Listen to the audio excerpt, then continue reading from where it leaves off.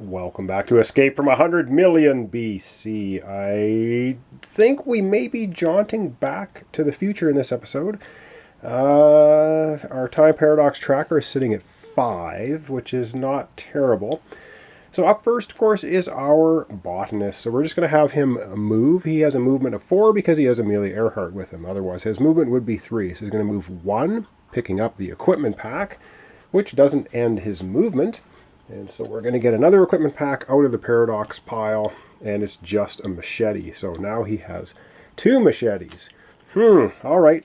Well, he has 1, second movement, 2, 3, and 4, taking him back to the time machine location. He has the 6th and final time machine part we need.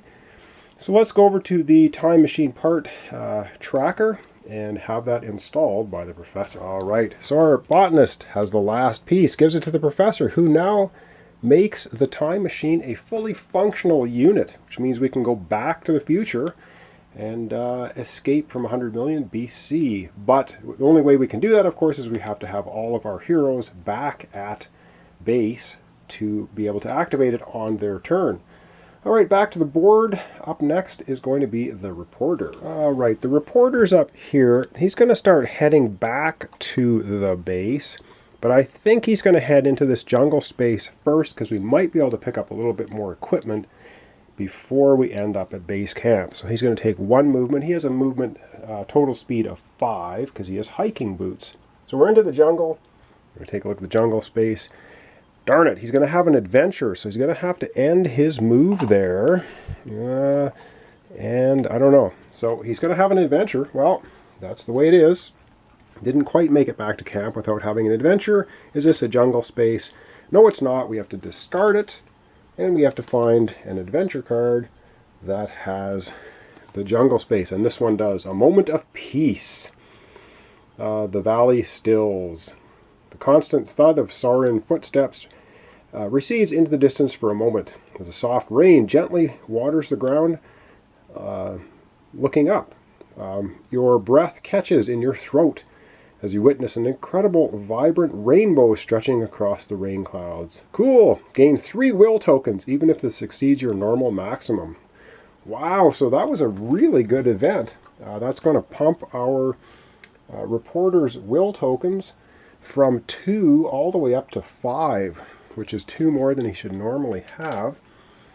And so he got to see a nice little rainbow. However, now we're into the first time paradox turn. So let's see what happens. All right, we're going to be rolling 2 dice. We're going to be rolling a red die. We're going to be rolling a white die.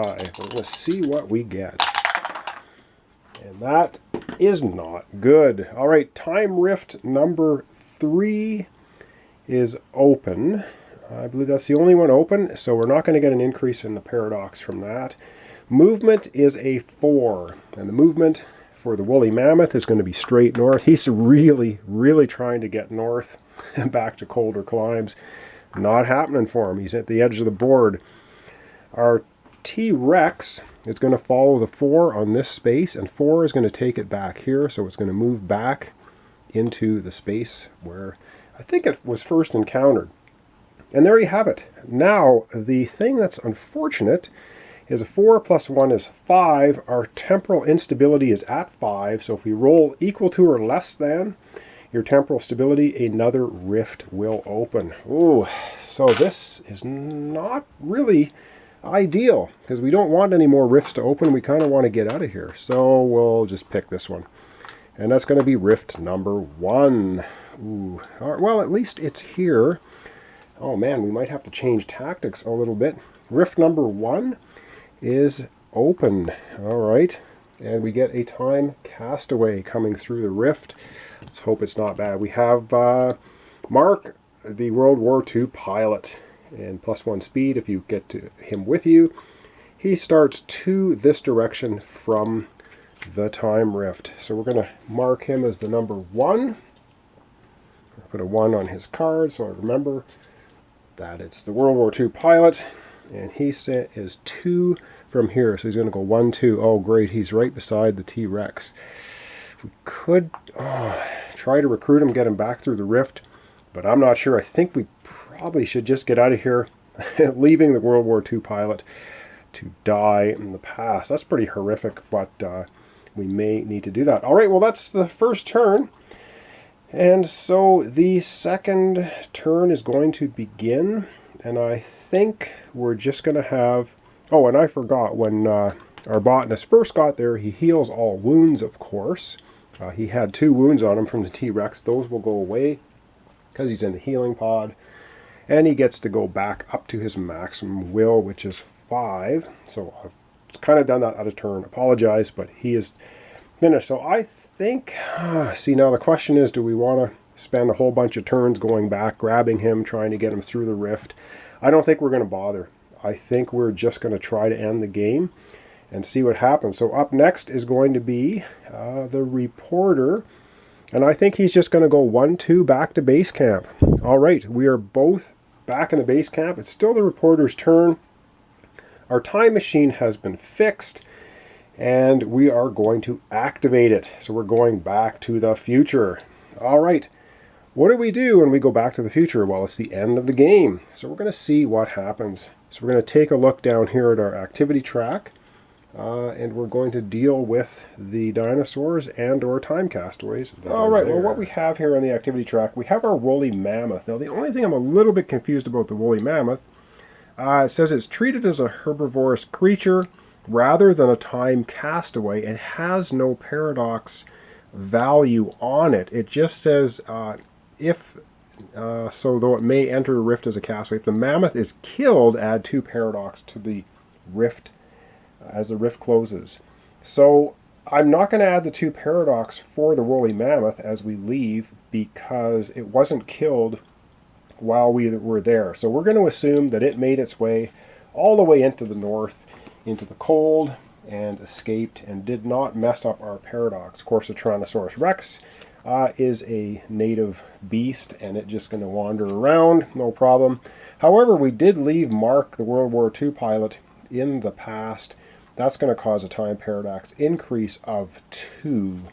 And so we're going to have to do that on the paradox track. So let's all right, I'm kind of long-shotting it here. So our woolly mammoth made his way all the way home back to the northern climes. Our World War II pilot got stuck in the past and ended up dying, and the T-Rex, of course, is native. He just wanders around eating whatever he can get his jaws around. Okay, so we have to increase the paradox tracker by 2. Now we're going to go past a time rift, but we're not going to open another time rift. This is just for a final scoring. So we just go 1-2 to 7. And now for the interesting bit. We have left some equipment in the past. We've left 1, 2, 3, 4. We've left 5 pieces of equipment in the past. We have to go through and see if they've caused any paradox increases by leaving. So the pistol increases our paradox by 1. So we left a pistol in the past.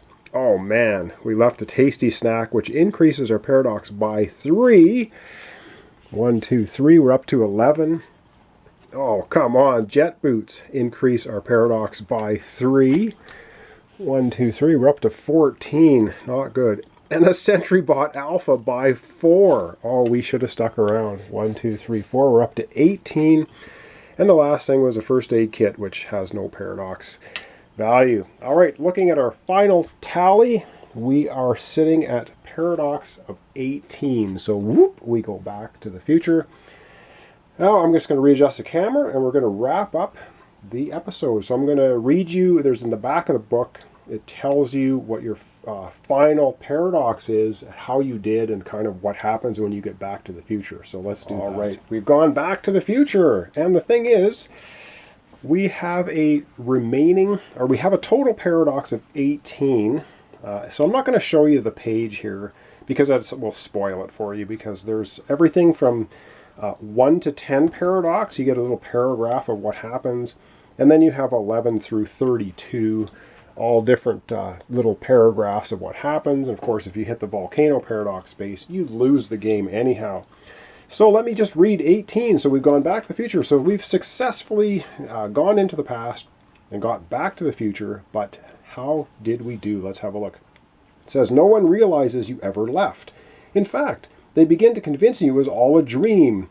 Eventually, you are let in on the elaborate prank. Turns out this timeline has an excellent sense of humor. So that's what happens if you end up with 18 paradox at the end of the game. Well, there you have it. That was my playthrough of Escape from 100 Million BC, and we won. Wow, it was pretty lucky. I got quite lucky with a lot of rolls during this playthrough. Things could have gone horribly wrong, and they didn't. So we lucked out, but we did leave a lot of equipment in the past. Total of 8 extra paradox, and we left the World War II fighter behind, which, wasn't very nice, but I kind of wanted to get out of here because the longer you hang around, of course, the more rifts open, the more time castaways show up, the more things can go south. So actually not a bad playthrough. I think we did pretty well. So thanks so much for watching along. Again, this was Escape from 100 Million BC. I did a 2-player playthrough, and I quite like it. It's not an extremely complicated or long game, but it is quite fun. So thanks so much. Thanks for your subscriptions, your comments, your likes. Very much appreciated. Up next will be another complete playthrough. I don't know what it's going to be. I have a funny feeling I'm going to be heading towards some kind of card game. I know, leaving it all cryptic for you. I hate to do it, but it will be, I believe, a card game. I have lots of them. Will it be a deck builder? Will it be a card game of some kind? And we don't know. All right, join me for the next series and you'll find out. So thanks so much for watching along on this one, and we'll see you next time.